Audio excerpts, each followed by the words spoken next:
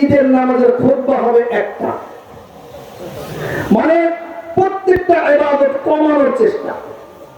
বলেন তো দেখি, ইবাদত বন্দেগী হাদিসের মধ্যে আছে নফল ইবাদতের মাধ্যমে বান্দা আল্লাহর নৈকট্য অর্জন করে, আল্লাহর কাছাকাছি পৌঁছে।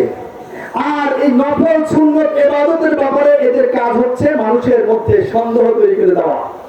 এবং ইবাদতের মধ্যে আজকে আমাদের বাংলাদেশের পুলিশের কেন্দ্রীয় মসজিদ রাজারবাগ কেন্দ্রীয় জামে মসজিদ, যেখানে আমি তারাবির নামাজের ইমামতি করি, এই মসজিদের ইমাম ও খতিব হাফেজ হযরত মাওলানা মুফতি আল আমিন, তিনি এবার আমার সাথে একটা বিষয় খুব আফসোস করে বলছিলেন যে এক সময় এই মসজিদে আমি যখন প্রথম আসি 2014 সালেও, তখনও তারাবির নামাজের নিচে 1500 মুসল্লি একসাথে নামাজ পড়তে পারে নিচতলায়।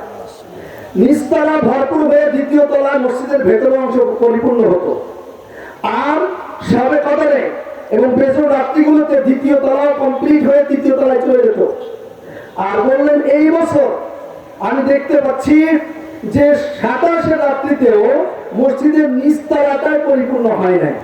তা আমি বললাম আপনার এ ব্যাপারে মূল্যায়ন কি?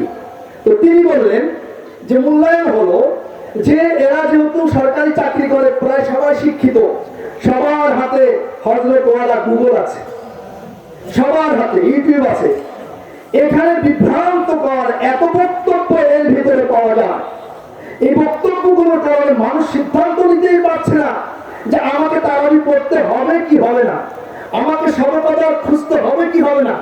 এক ছেলে নিয়ে আওয়াজ শুরু করছে কি জানেন, যে আপনি সবে কদর খুঁজবেন, এটা তো বলা হাদিসে আসছে বেজর রাত্রি, তাহলে আমাদের যখন বেজর রাত্রি, সৌদিতে তো তখন জোর রাত্রি, তাহলে এবার আপনি কোন রাত করবেন? সৌদির সাথে মিলায় খুঁজবেন না বাংলাদেশের সাথে মিলায় খুঁজবেন? বলেন।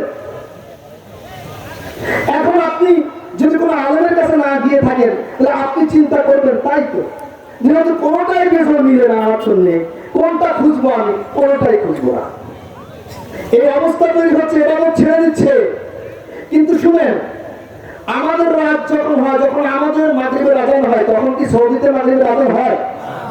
আমাদের যখন ফজরের আযান হয়, তখন কি সৌদিতে ফজরের আযান হয়? আমাদের যখন সাহারির টাইম শেষ হয়, তখন কি সৌদিতে শেষ হয়?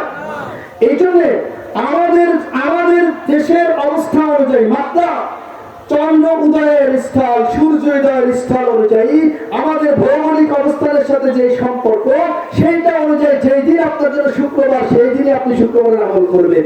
যখন আপনার মাগরিবের সময়, তখনই মাগরিবের আমল করবেন। আপনি যদি বলেন এখন তো সৌদি আরবে 3:30 বাজে, আমি এখন মাগরিব কেন করবো, এটা বলবেন না। আপনাকে এই মাগরিবের সময় মাগরিব করতে হবে।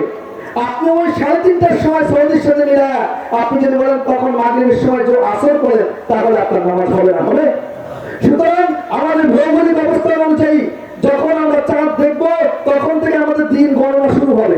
যখন চাঁদ দেখবো, তখন থেকে শাওয়ালের দিন গণনা শুরু হবে। সুতরাং চাঁদ দেখা থেকে শুরু করে যখন থেকে বেজর রাত্রি শুরু হবে, ওগুলোই আমাদের জন্য সবে কদর অনুসরণ করতে হবে।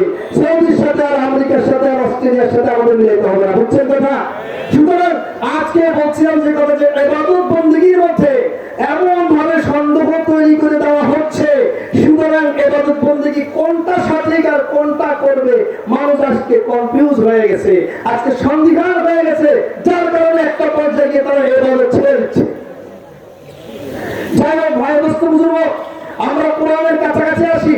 আপনাদের এই কোরআনের কাছাকাছি আসার জন্য সব থেকে উত্তম মাধ্যম হচ্ছে আপনাদের খামারপাড়া মাদ্রাসা। খামারপাড়া মাদ্রাসা, আমি এটাকে মাদ্রাসা বলবো না, আমি বলবো একটা কারখানা। বলেন কিভাবে কারখানা? হ্যাঁ, তো আপনারা এখানে কেউ আছেন চিনির মিলে গেছেন? চিনির মিলে দেখছেন? আচ্ছা, চিনির মিলে কি দেওয়া হয়, কিসের মাধ্যমে চিনি তৈরি করা হয়? আখের মাধ্যমে। কিন্তু এই মিলটার নাম কি দেওয়া আছে? চিনির কল। যেমন কালীগঞ্জ আছে মোবারকগঞ্জ চিনির কল, এখানে আছে মধুমতি মধুখালী চিনির কল, দর্শনা চিনির কল। কিন্তু আমরা ভেতরে কি ঢুকাই? আখ ঢুকাই। আখ ঢুকানোর কারণে তো আখের কল বলা দরকার ছিল, কিন্তু বলা হচ্ছে কি চিনির কল। তো আমি এটাকে একটা কল, একটা কারখানা বলি। কেন কারখানা বলি? কারণ মুসলমানদের মুসলিম